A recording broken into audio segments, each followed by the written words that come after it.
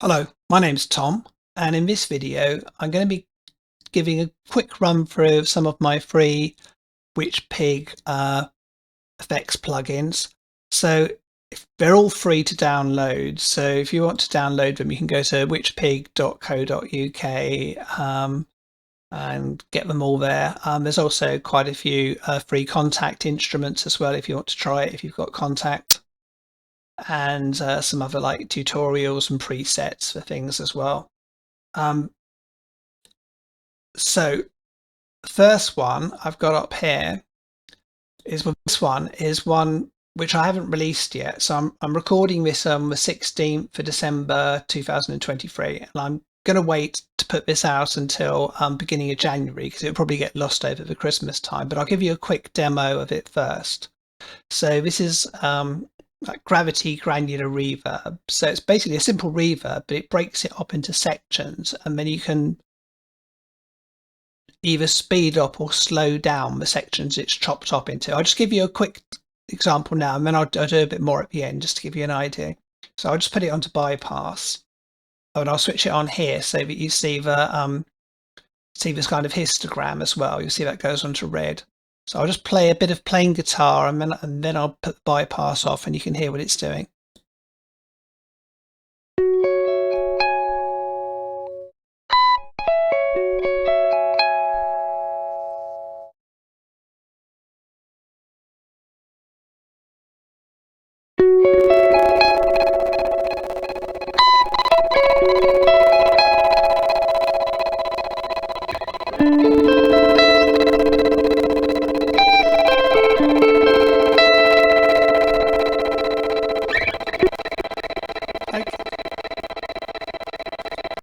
Okay, so that just gives you a quick idea of what it's doing and what it's doing. I'm going to come back to that later. What I'm going to do is I'm going to start off going through like the first plugins I did. Just to give you an idea. So the first one I did, like a lot of people, was a distortion pedal. So it's hard clipping distortion pedal, like you would get like hard fuzz, something like a rat.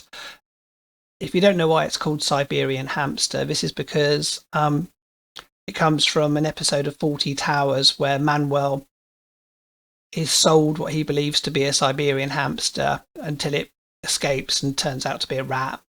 Hilarious panic ensues, etc. I'll put a link to that in the video if anybody's not sure. So I actually don't normally use distortion or fuzz type pedals or stuff. I much prefer the sound of a overdriven guitar amplifier, but it does have its uses. So where it can be particularly useful is if you want to create difference between guitars which are operating in a similar frequency area and you want to make them different, or you just want to add different tonal variety. So I did a similar thing where I got my old Boss HM2 pedal out from the loft and started playing with that. And what it can be useful for is adding different textures and variety. It doesn't have to be all sort of chainsaw death metal with it. You can do other stuff with it as well. So if you want to see it on guitars, I've got a video. I'll go down to here. It might take a second to load up. So check out this video, and that shows it on different types of guitars and you're doing it. I've also got another video here where it's using instead of I'm using it on drums for parallel distortion. So in a similar way you might do parallel compression or sometimes saturation on drums, I'm using distortion, which can actually work quite well and tie in with it and give you, again, some different textures and variety on the drums. You might not want to use it on a whole track, but you can just use it on bits. And also it works surprisingly well on certain types of keyboards. Sometimes, rather than just, it can actually make them sound a bit mellower and fuller, surprisingly, even though it generally makes things sound harsher and harder in an interesting way. It can actually do the opposite as well. I'll give you a little bit of a demo of that. So here's a track here. What I'll do is I'll play a bit with it and then I'll turn it off, and you'll see it actually sounds harsher when I turn it off. So have a listen to this.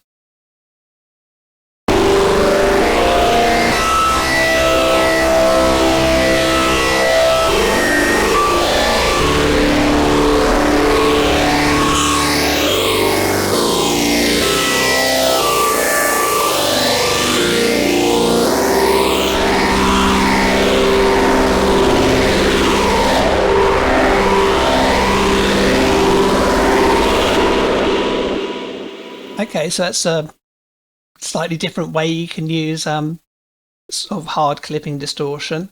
The next one I did after this was I did Medusa. So Medusa, let's get this up here. Medusa is a chorus and flanger. And is that still popping up? Here you go. I'll go to here. So I'm using it on the keyboards for this one again, and doing Medusa. You can switch between flanger and chorus. When I play it, I'll switch between that to see it. The reason it's called Medusa is because this picture here is actually just a photoshopped version of this picture, which is a picture of the Medusa I took at Leptis Magna in Libya.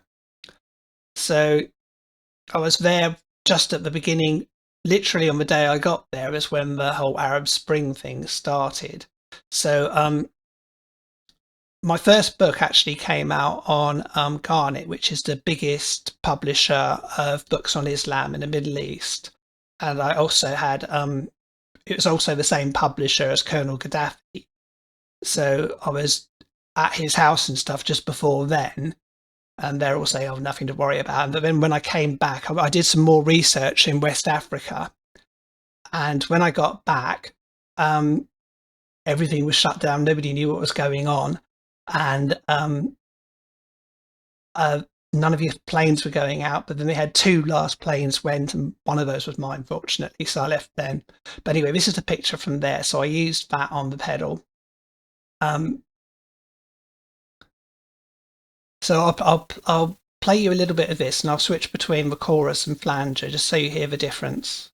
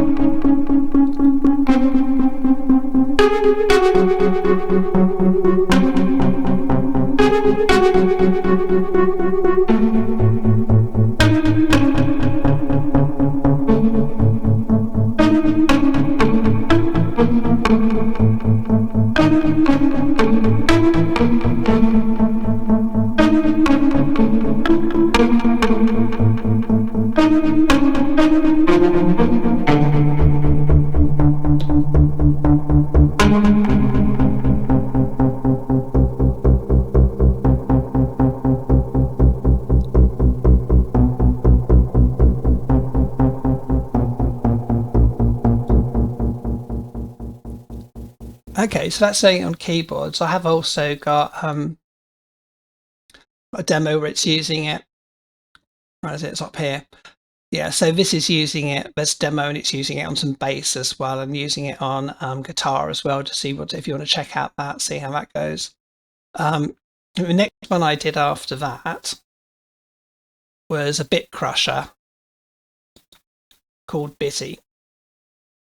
So if you don't know, if you're not familiar, so if you're unfortunate enough to be a foreigner and not be British, then you might not get the reference, but I'll put a link to a video in the description so you can check out that. It might make a bit more sense.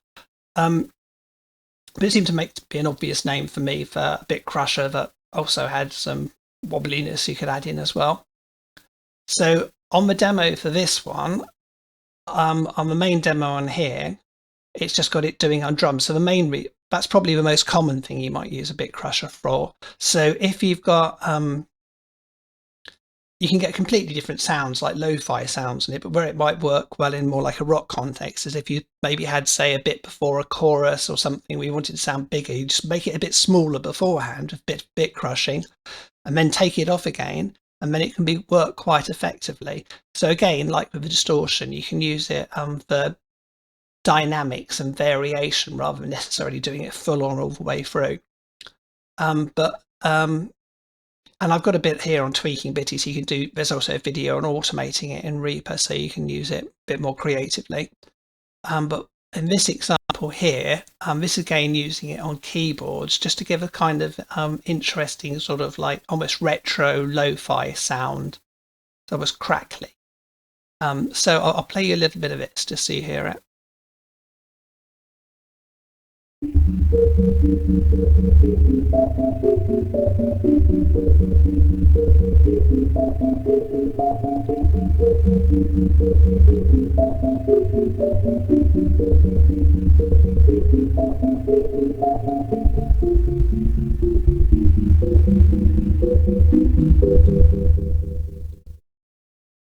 Okay, so that gives you an idea. You have to experiment with it, try some different ways to do it.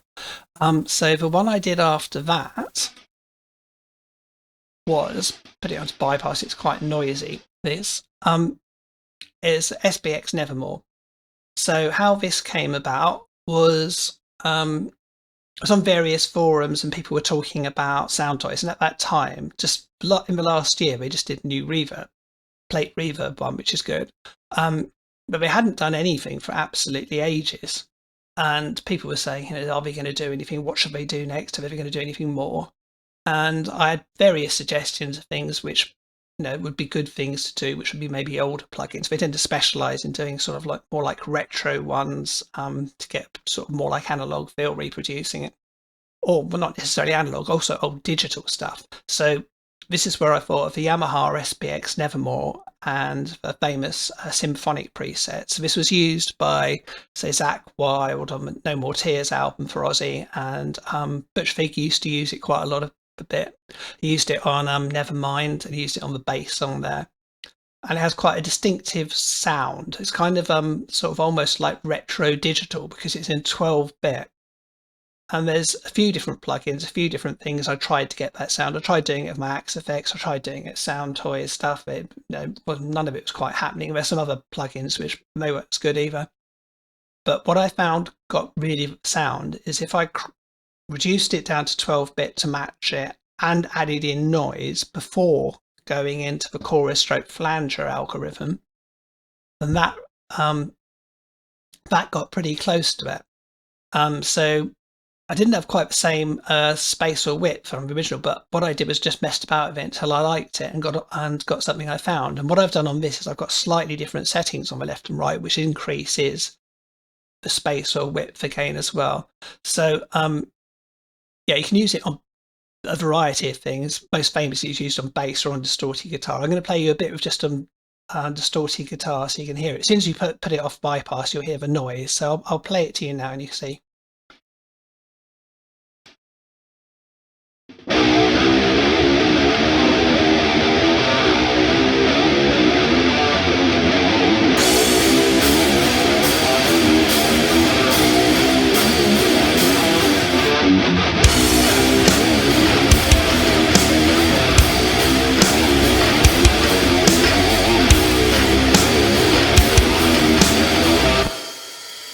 Okay, so that gives you an idea of the sort of things you can do with it. I just want to give like a quick example on all these things just to show you like the other one.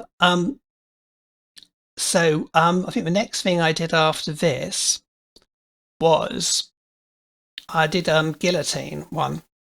So this is on this one here. Yep, here it is.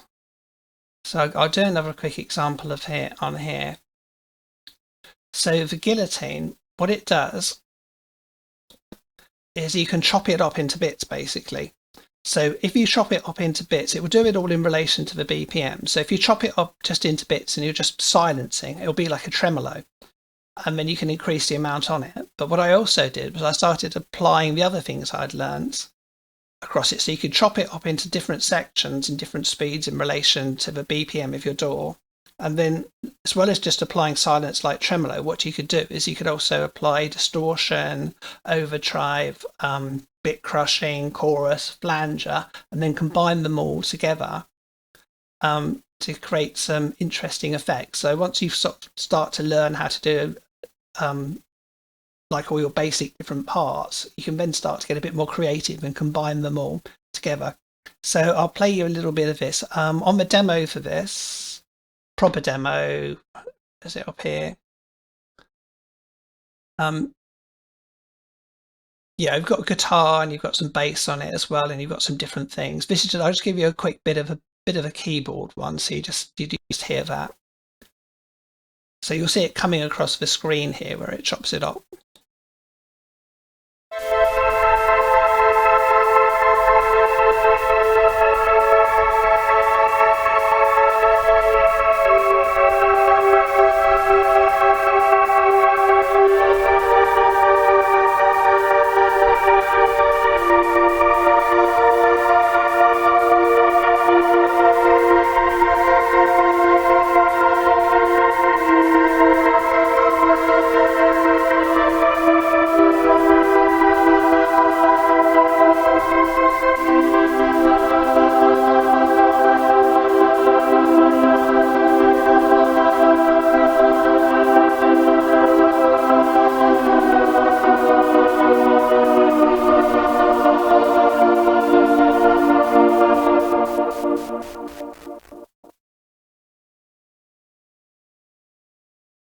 Okay, so in the process of doing that one and chopping it up in different levels and removing the noise below if it goes beyond a certain point, I also basically figured out how I could do a basic compressor, a limiter, a noise gate, expander.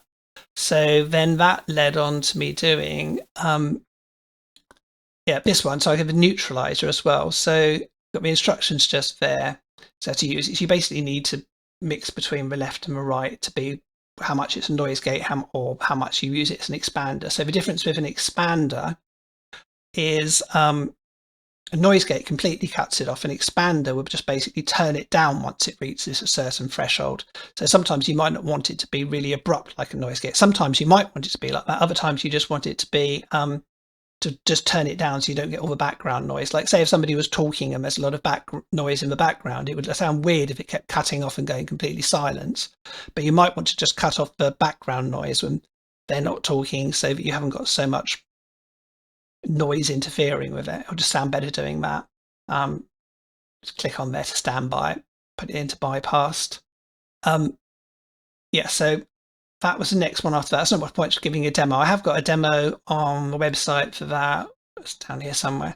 So that it's just using a gated reverb. So that's a way you can use it more creatively, so that it just cuts off the reverb tail to give that sort of 80s big epic sort of snare sound.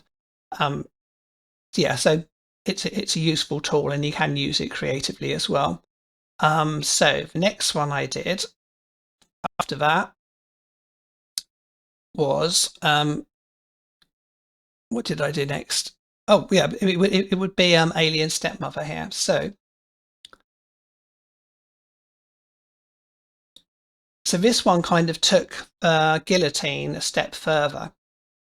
So again, you can chop up the signal into different parts and you can apply different effects to it, like distortion, bit crushing, chorus, flanger, or just volume dropped. But it's going through in relation to the actual BPM of the DAW.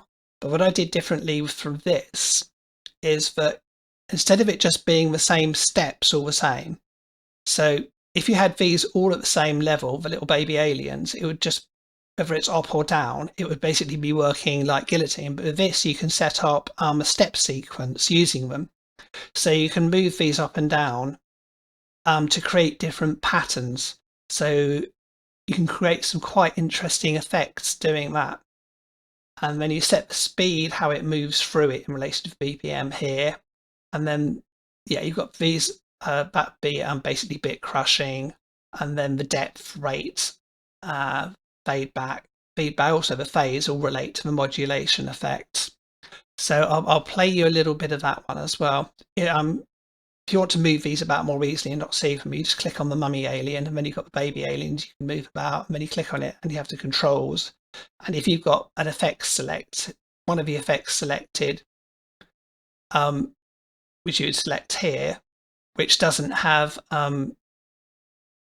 where these ones aren't. So if it's not a modulation one, then these will just be like that, a lighter color. Right, you'll see it as it goes through the sequence. The lights light up on the eyes as well. I'll just play you a little bit of that so you can see this being used. So you can get some quite interesting, if weird, effects. Not the sort of thing you'd be using all the time, but well, have a listen and see what you think.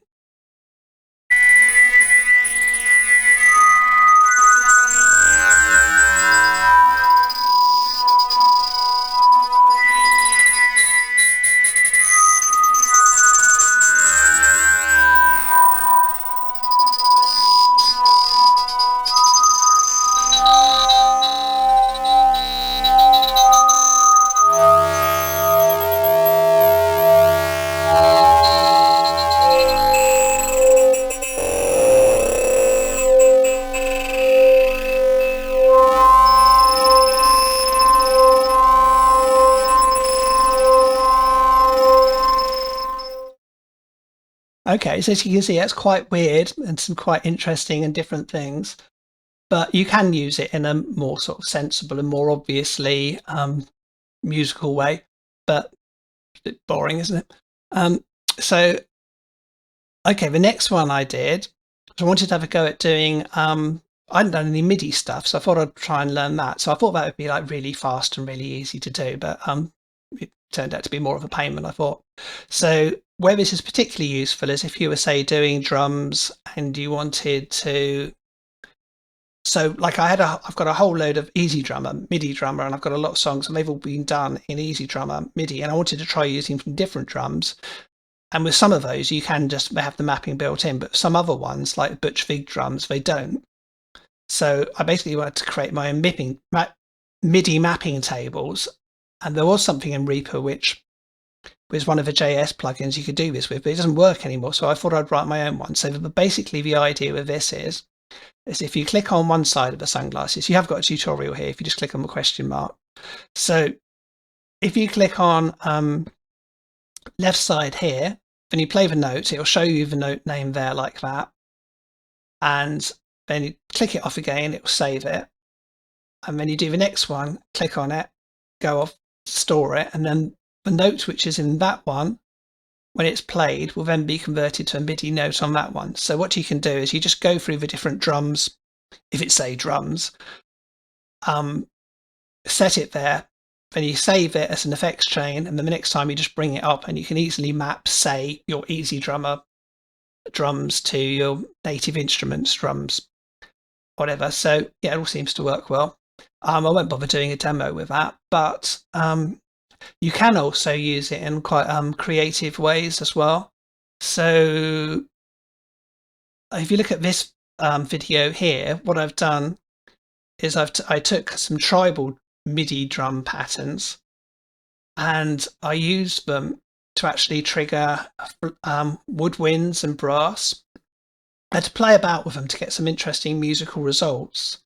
But yeah, it sounds like something different. So you can use it in an interesting, creative way as well. So that's the main video, just explaining it. But have a look at that one to get some other ideas you can do with it. Okay, so what I'm going to do now is I'm just going to go back to the Gravity demo. So this is the new one I've got coming out beginning of January 2004. What I'll do is I'll do a different one. I'll try and explain it a bit more, how it works. Do this one here. Okay, I'll click it on here so you see it going through as well. So this is basically, it's like a simple type of reverb where on these controls here, you've got a number of echoes. So you've got up to 50 echoes. It does it all in relation to the BPM again. And then the delay is actually the delay between the echoes. So you want to play those to get what you want. And then to get the reverb sound, you need to have it feeding back. So a reverb, this is really, if you think about it, it's lots of little delays all broken back and all bouncing around again multiple times. So that's what creates the reverb sound rather than, so you can actually adapt this. If you play the controls, you could make it as simple as a straight slap back echo. So it'd just be like one echo would just go like donk, donk, and that would be it. But if you have lots of echoes and you have different delays in them and you have them feeding back into itself, then it creates a reverb type sound. And then you've obviously got the mix. But the twist on sort of this basic type of reverb is that, like with Alien Stepmother or Guillotine, you can chop it into divisions. But then what I've done with the divisions as well is that you can change how many divisions it stays at with the start and end. So if you have a start lower than end, then what it will do is it will increase the divisions each time it goes round a division. It will change the amount of divisions. So, and if you do it the other way, where you had the start in this case, where the start is greater than the end, then what it will do is go backwards. So then it will, rather than increasing the length of the divisions, it will make them smaller and then just loop around each time.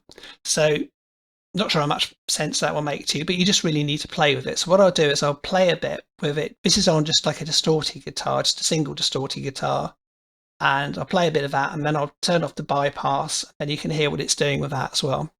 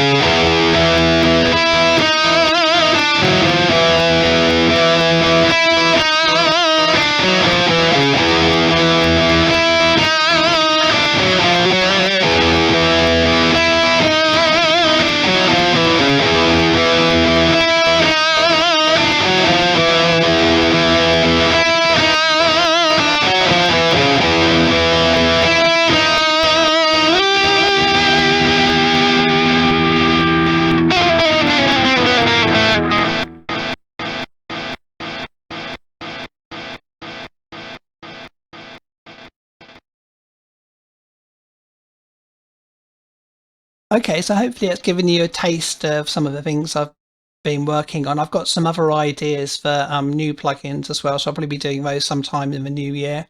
If you subscribe to the channel and do alerts and stuff, you'll see if any videos come out for that. You can try them out. So I've also got some contact instruments and plugins and ideas coming out. Hopefully you've got some ideas.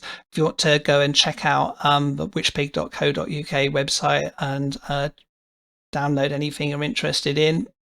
And yeah, thanks for watching. Okay, cheers. Bye.